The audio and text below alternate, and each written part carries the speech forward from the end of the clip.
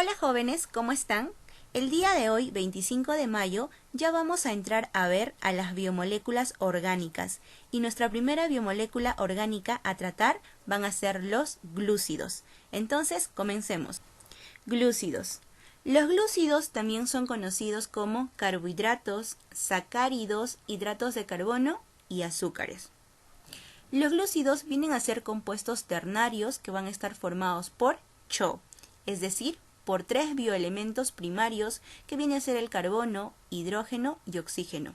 Todos los glúcidos en su composición van a tener al CHO, aunque algunos glúcidos pueden estar acompañados de fósforo o también de azufre, ¿ya? Pero no todos, solo algunos, pero sí todos van a tener carbono, hidrógeno y oxígeno, al CHO. La función importante de los glúcidos es que sirve como principal fuente de energía a corto plazo. ¿Qué quiere decir esto? Es que de todos los alimentos que nosotros consumimos, el primero en utilizarse o el primero en metabolizarse vienen a ser los glúcidos. De esta manera nos van a proporcionar energía. Entonces, un gramo de glúcido me va a dar de 4,1 a 4,3 kilocalorías, en promedio 4,2 kilocalorías. Los carbohidratos van a tener tres características principales. Una de ellas es que son moléculas polialcohólicas. ¿Qué quiere decir esto? Es que van a tener varios alcoholes en su composición o en su estructura. Miremos aquí. El grupo alcohol viene a ser el OH, que es llamado también grupo hidroxilo. ¿Ya? Y como dice polialcohólicos, quiere decir que van a tener de 2 a más grupos hidroxilo o grupos alcoholes. Por lo tanto, el glúcido más pequeñito va a tener como mínimo 2 grupos hidroxilo o 2 grupos alcohol. La segunda característica viene a ser que son moléculas hidrocarbonadas. ¿Qué quiere decir esto? Es que van a tener en su composición carbono unido a hidrógeno. ¿Ven? Carbono unido a hidrógeno. Carbono unido a hidrógeno. Pero este hidrógeno puede reaccionar con el grupo OH. Y si reaccionan, ¿qué me van a formar? Me van a formar una molécula de agua. ¿Ya? La última característica importante es que van a tener un carácter reductor. Es decir, que los glúcidos pueden perder un ion hidrógeno. Y al perder un ion hidrógeno, ¿qué pasa si pierden hidrógenos? Se oxidan, ¿cierto? Ya, se oxidan.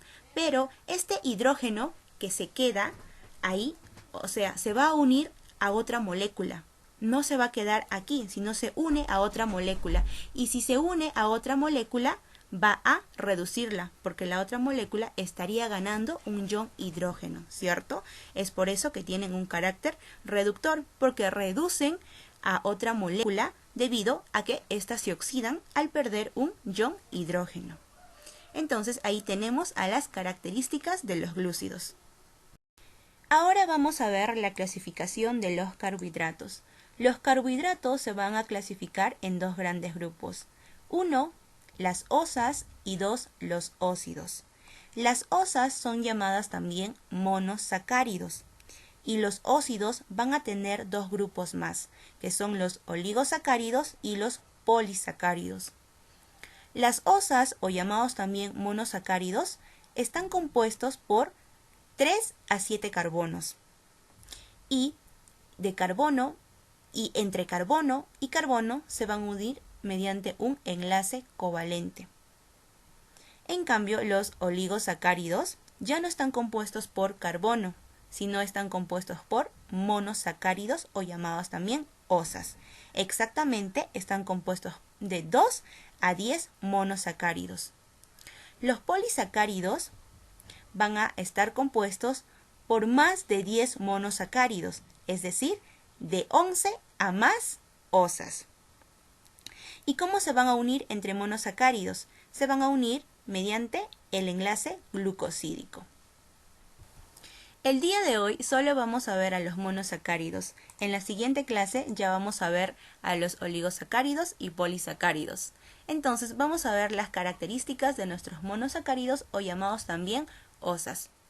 Una de las características es que son los azúcares más simples, es decir, son los azúcares más pequeños, ya que están formados por 3 a 7 carbonos. Y entre carbono y carbono, ¿cómo se unían? Mediante el enlace covalente. Debido a que los monosacáridos son las moléculas más pequeñas, ellas van a ser los monómeros de otras moléculas, o sea, de otros glúcidos, ¿no? De los oligosacáridos y polisacáridos. ¿Qué quiere decir monómeros? ¿Es que va a ser la molécula más pequeña o es que va a ser la estructura básica de una molécula? ¿Ya? Entonces los monosacáridos vienen a ser los monómeros de oligosacáridos y de polisacáridos. Otra característica es que van a tener bajo peso molecular debido a que los monosacáridos son moléculas simples. Otra característica es que todos los monosacáridos son dulces, también son blancos, todos son blanquecinos. Otra característica es que son cristalizables. ¿Qué quiere decir esto? Es que van a formar cristales a temperatura ambiente, es decir, son moléculas sólidas. Otra característica es que son hidrosolubles, es decir, son solubles en el agua. La siguiente característica es que presentan isomería. ¿Qué quiere decir isomería? Es que van a tener la misma fórmula, pero diferente estructura.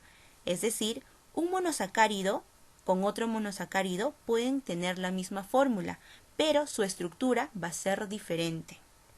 Y por último, tenemos que los monosacáridos son no hidrolizables. ¿Qué quiere decir esto? Es que no se van a romper por la adición de moléculas de agua, ¿no? Porque hidro es agua y lisis viene a ser ruptura, pero son no hidrolizables. ¿Cuál va a ser la fórmula de los monosacáridos? Va a ser CH2O, ¿no? Es decir, que va a contener a las tres bioelementos primarios, al carbono, al hidrógeno y al oxígeno. ¿Y en qué proporción se van a encontrar? En una proporción de 1, 2 y 1. Es decir, la fórmula va a ser CN, H, 2N y ON. O también puede ser C, H2, O y todo elevado a la N. Todos los monosacáridos van a tener esta fórmula, a excepción de un monosacárido. ¿De quién estamos hablando? De la desoxirribosa, que viene a ser una pentosa. Por lo tanto, en su composición tiene que tener 5 carbonos, ¿cierto? 5 carbonos, 10 hidrógenos y 5 oxígenos, ¿no? Pero estamos viendo que la desoxirribosa tiene 4 oxígenos, por lo tanto, no está cumpliendo con la fórmula. ¿Y por qué tiene 4 oxígenos? Es que la desoxirribosa ha perdido un oxígeno, su propio nombre lo dice, es oxi, ¿no? Pierde un oxígeno, es por eso que tiene 4 oxígenos y es el único monosacárido que viene a ser la excepción. Ahora vamos a ver la clasificación de nuestros monosacáridos. Para clasificar a los monosacáridos voy a considerar dos criterios, uno que es por el número de carbonos y otro es por el grupo funcional. Primero vamos a ver por el número de carbonos. Si mi monosacárido tiene 3 carbonos, se va a llamar triosa. Si tiene 4 carbonos, se va a llamar tetrosas. Si tiene 5 carbonos, se van a llamar pentosas. Si tiene 6 carbonos, se van a llamar hexosas. Y si tiene 7 carbonos, se van a llamar heptosas. Entonces, por el número de carbonos tenemos a las triosas, tetrosas, pentosas, hexosas y heptosas. ¿Cuál era la fórmula de mis monosacáridos? Era CnH2n o N, ¿no? O sea, estaban en una relación de 1, 2, 1. ¿Cuál será la fórmula de mis triosas? ¿No? Las triosas son monosacáridos con 3 carbonos. Entonces va a ser C3H6O3. Acuérdate que están en una relación de 1, 2, 1. Si tengo 3 carbonos, mis hidrógenos serán el doble, ¿no? O sea, 6. ¿Cuál será la fórmula de mis tetrosas? 4 carbonos, C4H8O4. La fórmula de las pentosas será C5H10O5. Y la fórmula de las hexosas será C6H12O6. Por último, la fórmula de las heptosas va a ser C7H14O7. Ahora vamos a ver la clasificación por el grupo funcional. De acuerdo al grupo funcional tenemos dos grupos.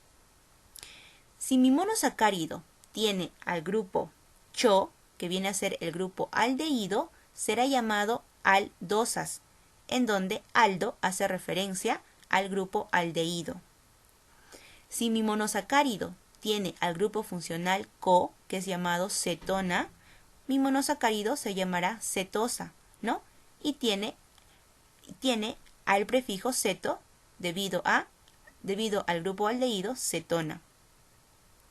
Ahora, para nombrar a mi monosacárido voy a tener en cuenta el grupo funcional y el número de carbonos. Por ejemplo, si mi monosacárido tiene al grupo aldehído y tiene 3 carbonos, ¿cómo lo llamaré? Si tiene el grupo aldehído, usaré el prefijo aldo. Y si tiene 3 carbonos, lo llamaré tri. Y como sabemos que todo monosacárido termina en osa, lo llamaré aldotriosa. Si mi monosacárido tiene 4 carbonos y tiene al grupo aldehído, lo llamaré aldotetrosa. Si tiene 5 carbonos, le llamaré aldopentosa. Si tiene 6 carbonos, le voy a llamar aldohexosas. Y si tiene 7 carbonos, le llamaré aldoheptosas. Pero si mi monosacárido tiene al grupo funcional cetona, que es el CO, ¿cómo le llamaré? Si tiene 3 carbonos, le llamaré cetotriosa. Si tiene 4 carbonos, le llamaré cetotetrosas. Y si tiene 5 carbonos, le llamaré cetopentosas. Si tiene 6 carbonos, le llamaré cetohexosa. Y si tiene 7 carbonos, le llamaré cetoheptosas. Por último, vamos a ver a los monosacáridos más representativos de acuerdo al grupo en que se encuentren. Por ejemplo, tenemos en el caso de las aldotriosas, tenemos al gliceraldehído, que es un monosacárido que participa en la respiración aeróbica. Después tenemos a la cetotriosa. ¿A qué monosacárido tenemos aquí? A la dihidroxiacetona, que es un monosacárido que va a participar en la respiración anaeróbica. En caso de las aldotetrosas tenemos a la eritrosa.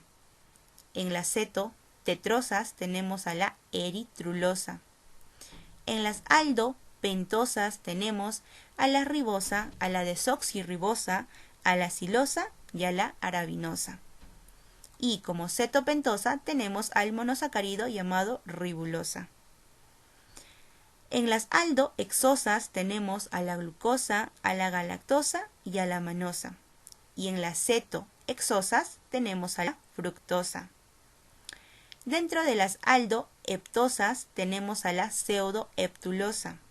Y como cetoheptosa tenemos a la heptulosa. Entonces ahí tenemos a los monosacáridos más representativos de acuerdo al grupo al que pertenecen. Ahora vamos a ver a las aldosas más importantes. Vamos a empezar viendo a la desoxirribosa. La desoxirribosa viene a ser una pentosa. ¿Por qué? Porque tiene 5 carbonos. Y es una pentosa que está formando parte del ADN. ¿Se acuerdan? El ADN viene a ser un ácido nucleico, ¿cierto?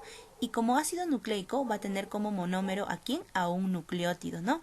Y un nucleótido está formado por fosfato, un azúcar y una base nitrogenada. En este caso, el azúcar, ¿quién va a ser? La desoxirribosa. Muy bien. Después tenemos a la ribosa. La ribosa también es una pentosa. Y es una pentosa que está formando parte del ARN. El ARN también es un ácido nucleico. Por lo tanto, tiene como monómero ¿a quién? Al nucleótido, ¿no? Y en este caso, su azúcar, ¿quién va a ser? Va a ser la ribosa. Entonces, azúcar del ARN, ribosa. Azúcar del ADN, desoxirribosa. La ribosa también es importante porque va a estar presente en la vitamina B2, que es la riboflavina, ¿ya? Ahora, la desoxirribosa y la ribosa van a ser moléculas epímeras. ¿Por qué? ¿Por qué son epímeros la desoxirribosa y la ribosa? Porque estas dos moléculas solamente se van a diferenciar en un átomo. ¿Cómo así? Si ustedes ven la fórmula de la desoxirribosa y la ribosa, casi son iguales, pero solamente se diferencian en el carbono número 2. Si ven el carbono número 2 de la ribosa, esta tiene a un grupo OH. En cambio, la desoxirribosa en el carbono número 2 tiene solamente a un H o hidrógeno. Es decir, que la desoxirribosa ha perdido un oxígeno. Es por eso que la fórmula de la desoxirribosa es C5H10IO4, porque ha perdido un oxígeno. En cambio, la ribosa es C5H10IO5. ¿Ya? Entonces, epímeros quiere decir que son dos moléculas que solamente se van a diferenciar en un átomo. Vamos a continuar con nuestras aldosas más importantes. Tenemos a la glucosa, llamada también dextrosa. La glucosa es una hexosa, debido a que tiene 6 carbonos. La glucosa es llamada también el azúcar de la sangre, o conocida también como el azúcar de la uva. ¿Por qué? Porque ahí fue donde se le encontró por primera vez, formando parte del jugo de uva. Es considerada también como el monosacárido más abundante. ¿Por qué? Porque representa la principal fuente de energía de todas nuestras células. Entonces ahí tenemos la importancia de la glucosa. La siguiente aldosa importante tenemos a la galactosa.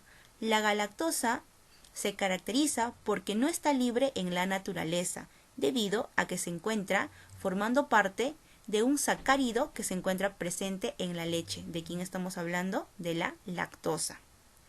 La galactosa, tanto como la lactosa, vienen a ser glúcidos que van a presentar menor dulcibilidad. ¿Ya?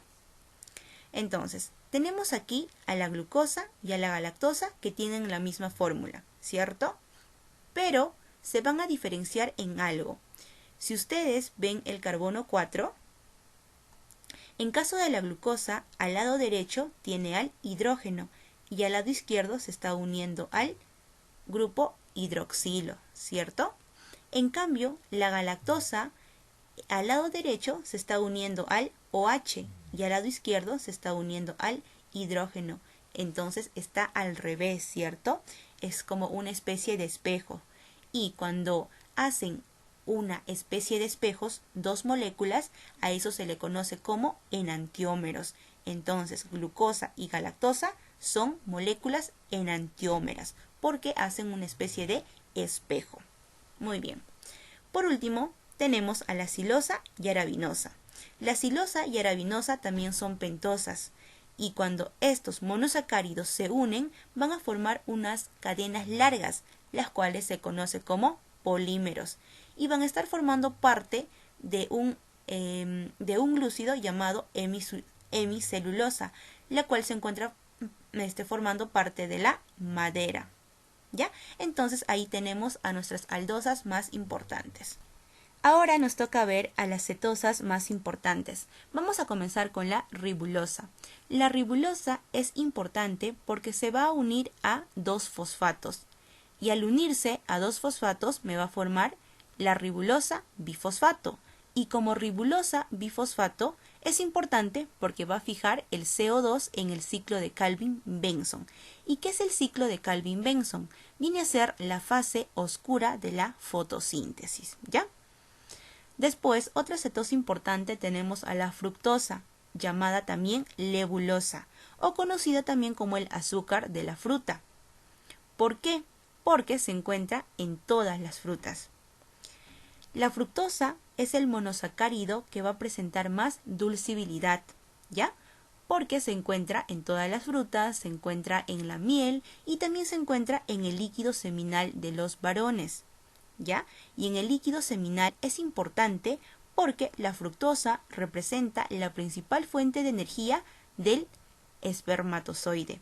Es decir, gracias a la fructosa, el espermatozoide obtiene energía para que de esta manera vaya, ¿no?, hacia una fecundación. Por último tenemos a la heptulosa. La heptulosa es importante porque me va a participar en la regeneración de la ribulosa. ¿Y quién es la ribulosa? Es la que se encarga de fijar el CO2 en el ciclo de Calvin-Benson. Entonces ahí tenemos a las cetosas más importantes. Por último, vamos a ver que algunos monosacáridos, además de formar una estructura lineal, también pueden formar anillos, es decir, formar estructuras cíclicas. ¿Qué pasa si un monosacárido me forma un anillo de 5 lados?